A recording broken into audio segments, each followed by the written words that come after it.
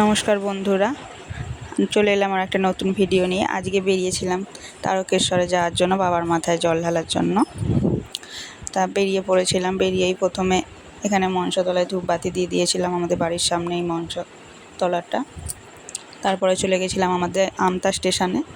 যে আমতা স্টেশনে এসে দেখি যে ট্রেন দাঁড়িয়েছিল। ট্রেনে উঠে পড়লাম। উঠে পড়তেই দেখলাম আর একদল বাবার ভক্ত উঠলো বড় বাঁকের সঙ্গে। ওরাও জল ঢালার উদ্দেশ্যেই যাচ্ছে। আর কোনো ভিডিও তোলা হয়নি। হাওড়ায় চলে গেছিলাম। হাওড়া থেকে এই যে উঠেছিলাম শেওড়াফুলি যাওয়ার জন্য। ট্রেনে এত ভিড়, মানে এত ভক্তরা জল ঢালতে যাচ্ছে। আর কোনো ভিডিও নিইনি। একবারে স্টেশনে শেওড়াফুলি জংশনে নেবে। এই যে স্টেশনে তো পা রাখার জায়গা নেই, এত ভিড়। আমরা সবাই নেবে এবার ঘাটের দিকে যাওয়ার জন্য রওনা দিলাম। ঘাটে চলে গিয়েছিলাম। ওখানে গিয়ে খাওয়া দাওয়া করে চান করে এবার ওই যে ওরা বাঘগুলো সাজাচ্ছিল। এই যে ঘাটেতেও এত মানুষের ভিড়, মানে কোথাও ফাঁকা নেই। যে যার জল তুলছে, নিয়ে বেরিয়ে যাচ্ছে যে যার মতো করে। যত তাড়াতাড়ি বেরোতে পারবে সেখানে তারকেশ্বরে তত তাড়াতাড়ি পৌঁছতে পারবে। তা আমাদের বাঁক ফাঁক রেডি করে বেরিয়ে পড়েছিলাম।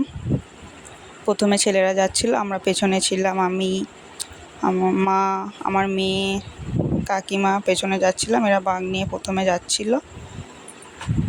তারপরে অনেক টানা 2 ঘন্টা হাঁটার পর আমরা বেরিয়েছিলাম 1:30 থেকে পুরো 2 ঘন্টা হাঁটার পর একবারে 4টের সময় একটু রেস্ট নিয়েছিলাম, কারণ সবার খিদে পেয়ে গেছিলো। এই যে এক জায়গায় খাবার দিচ্ছিল, লুচি তরকারি নিয়ে খেয়ে আবার হাঁটা দিলাম। পুরো তখনও খুব রোদ ছিল। রোদেতে হাঁটা খুব কষ্ট হচ্ছিল। গরমে রাস্তার অবস্থা খারাপ ছিল। হাঁটছিলাম, আমাদের সঙ্গে আমার মেয়েও হাঁটছিল। একভাবে 30 কিলোমিটার হাঁটার পর পায়ের অবস্থা খুব খারাপ হয়ে গেছিলো। ভেবেছিলাম পুরোটাই হেঁটে যাব, কিন্তু 30 কিলোমিটার যাওয়ার পর একদম পা দাঁড়াচ্ছিল না। এই যে কামারকুণ্ড ব্রিজে চলে এসেছিলাম। তখন বাজে রাত 8টা। এত ব্রিজে ভিড়। আর ব্রিজে যে উঠেছি, ব্রিজ মানে শেষই হচ্ছে না, এত বড় ব্রিজটা ছিল। হেঁটেই যাচ্ছি। এত বড় ব্রিজটা ছিল। মিনিমাম ব্রিজটা হেঁটে যেতে 15 মিনিট লেগেছে। পায়ে হেঁটে যেতে 15 মিনিটের বেশি হবে।